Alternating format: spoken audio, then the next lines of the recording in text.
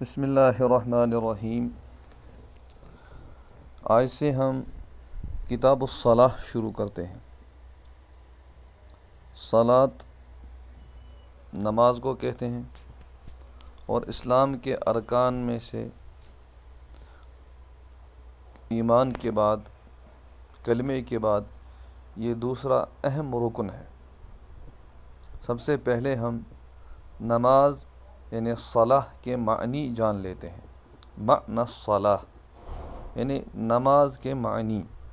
تطلق کلمۃ الصلاۃ فی اللغۃ العربیہ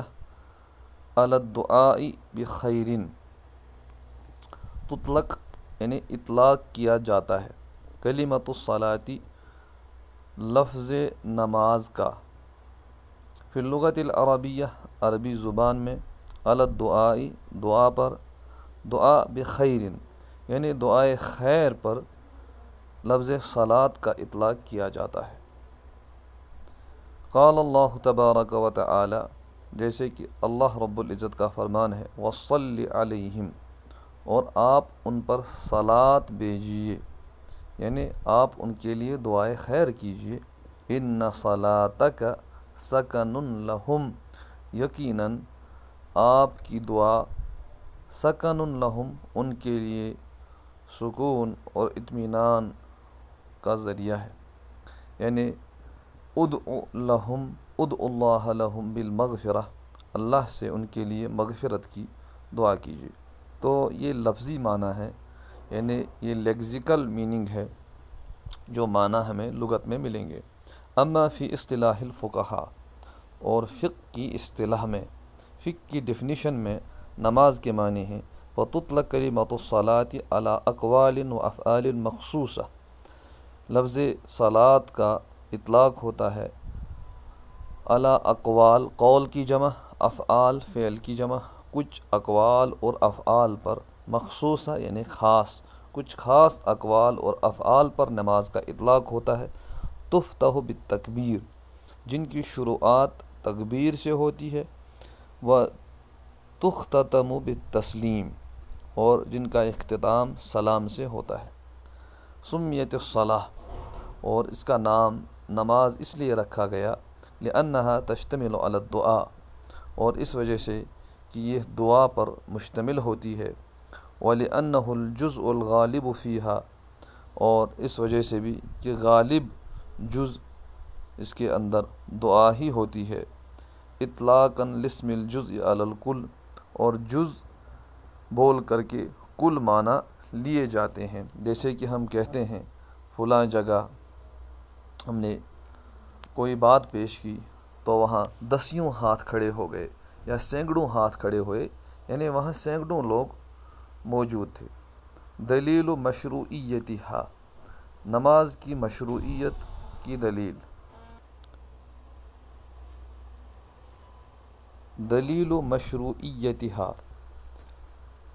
اس کے جائز ہونے کی دلیل، یعنی نماز کہاں سے ثابت ہے۔ تثبت مشروعیت الصلاۃ، نماز کی مشروعیت یعنی شریعت کے اندر اس کا ثبوت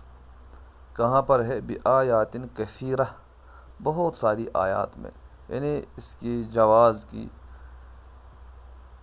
کا تذکرہ بہت ساری آیات میں ہے، من کتاب اللہ، اللہ کی کتاب میں، وباحادیث کثیرہ، اور بہت سارے احادیث میں، من سنت رسول اللہ صلی اللہ علیہ وسلم،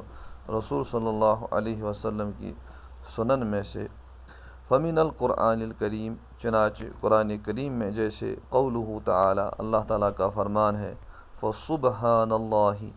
حین تمسون وحین تصبحون، اللہ کی تعریف بیان کرو اس وقت جب کہ تم شام کرتے ہو، وحین تصبحون، اور جب صبح کرتے ہو، وَلَهُ الْحَمْدُ، اور اسی کے لیے تسبیح ہے، اسی کے لیے حمد و ثنا ہے، فی السماوات والارض، آسمانوں میں اور زمین میں، وعشیاً، اور رات کے اوقات میں، دن ڈلتے اوقات میں، وحین تظہرون، اور جس وقت کہ تم ظہر میں داخل ہوتے ہو، تو ان تمام اوقات میں اللہ کی تسبیح بیان کرو۔ تو ابن عباس رضی اللہ عنہ فرماتے ہیں اراد بقولہ حین تمسون، کہ حین تمسون جب تم شام کرتے ہو، تو اس سے مراد ہے صلاۃ المغرب والعشاء، اس وقت مغرب اور عشاء کی نماز پڑھا کرو۔ وحین تصبحون، اور جس وقت صبح کرتے ہو تو اس وقت صبح کی نماز پڑھو۔ وعشیا، اور دن ڈھلتے یعنی عصر کی نماز۔ وحین تظہرون، اور جب ظہر کرتے ہو تو اس وقت ظہر کی نماز ادا کرو۔ تو معلوم ہوا اس آیت کریمہ میں تمام نمازوں کا، فرض نمازوں کا تذکرہ ہے۔ وقولہ تعالی، اور اللہ تعالیٰ کا فرمان ہے سورہ نساء میں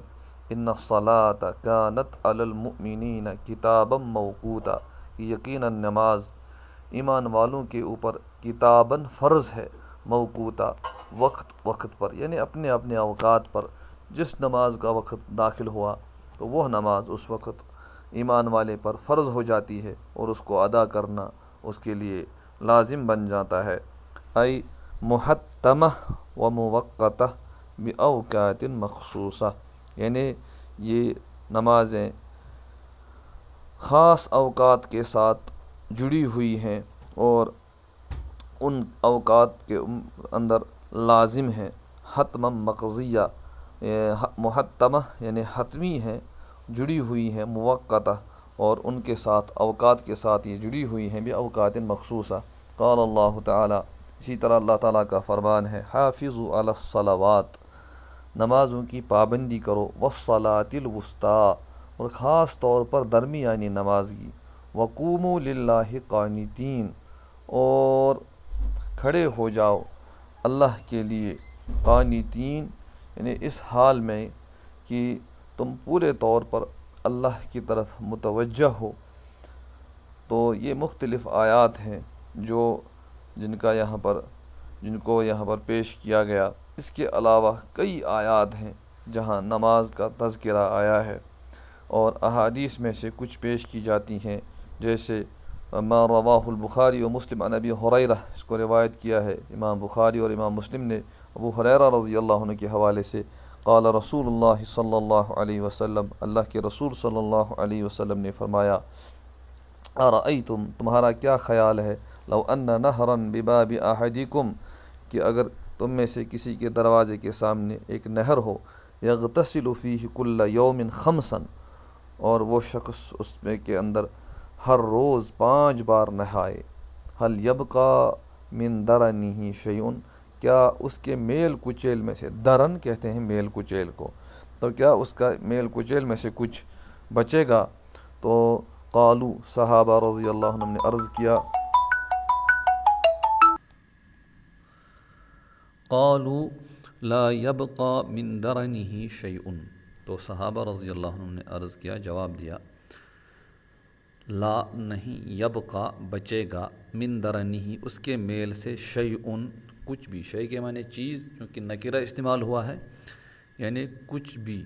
اس کے میل سے ذرا بر بھی نہیں رہے گا، اس لیے کہ دن بھر 5 بار نہایا ہے۔ تو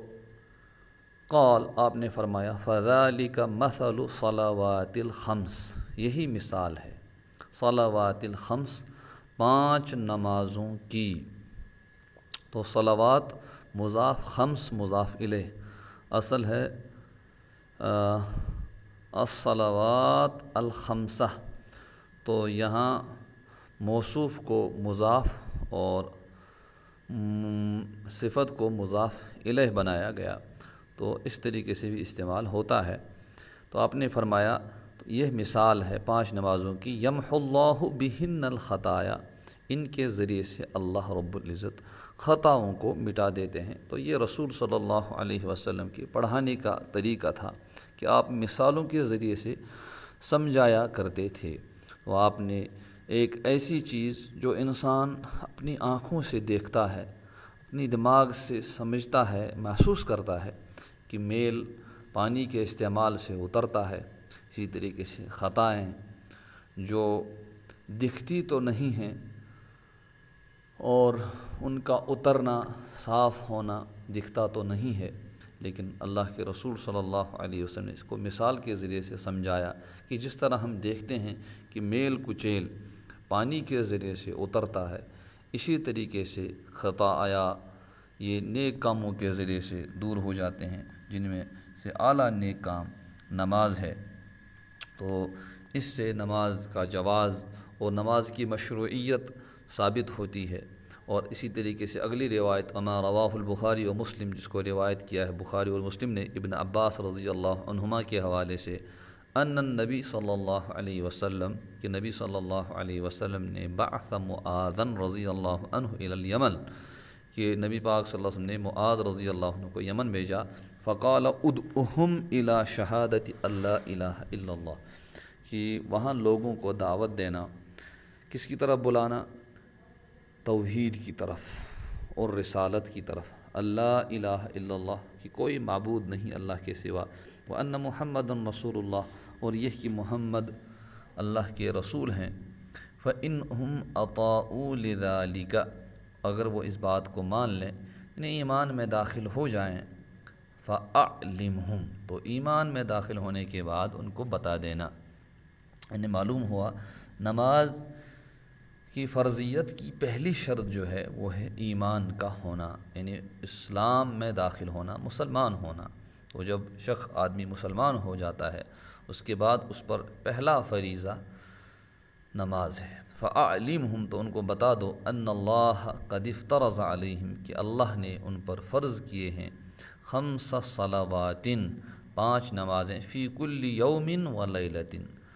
ہر رات اور دن میں، یعنی 24 گھنٹے کے اندر 5 نمازیں ان کے اوپر فرض کی ہیں۔ الصلاۃ اعظم عبادت، تو یہ بات یاد رکھنی چاہیے کہ نماز سب سے عظیم عبادت ہے، لأنہا تصل العبد بربہ، اس لیے کہ یہ بندے کو اس کے پروردگار کے ساتھ جوڑ دیتی ہے۔ اور اس سے معلوم ہوا کہ اسلام میں رہبانیت نام کی کوئی چیز نہیں ہے، انٹر میڈیشری سسٹم نہیں ہے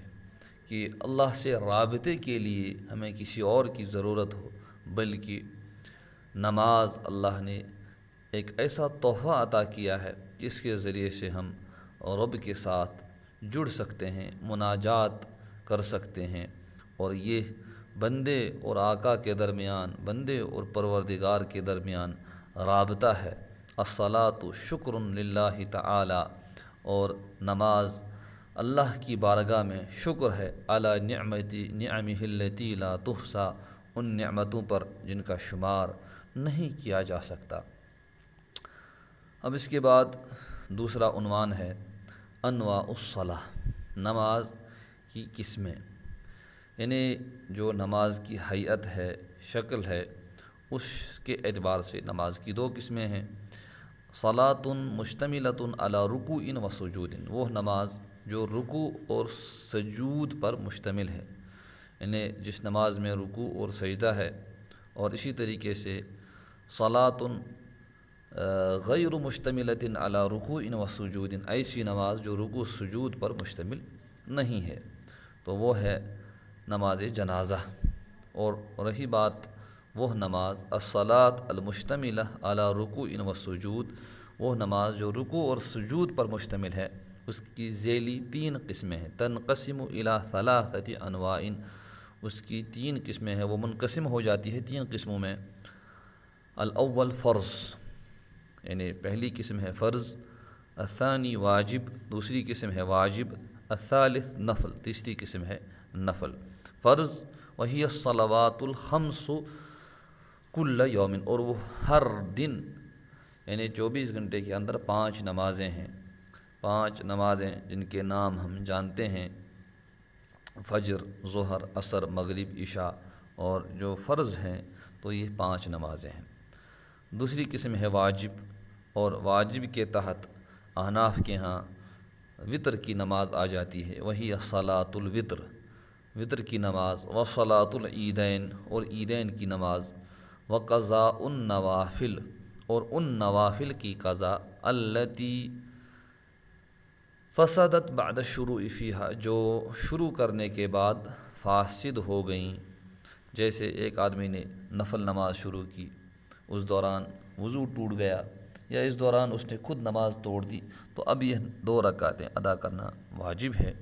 وَرَكْعَتَانِ بَعْدَ الطَّوَافِ، اور طواف کعبہ کے بعد جو 2 رکعتیں پڑھی جاتی ہیں وہ بھی واجب ہیں۔ تیسری قسم ہے نفل، وَهِيَ مَا عَدَى الْمَفْرُوضَةِ وَالْوَاجِبَةِ، تو اوپر کی 2 قسمیں جو آ گئیں فرض اور واجب، ان کے علاوہ جو بھی نمازیں ہیں وہ نفل کے تحت آتی ہیں۔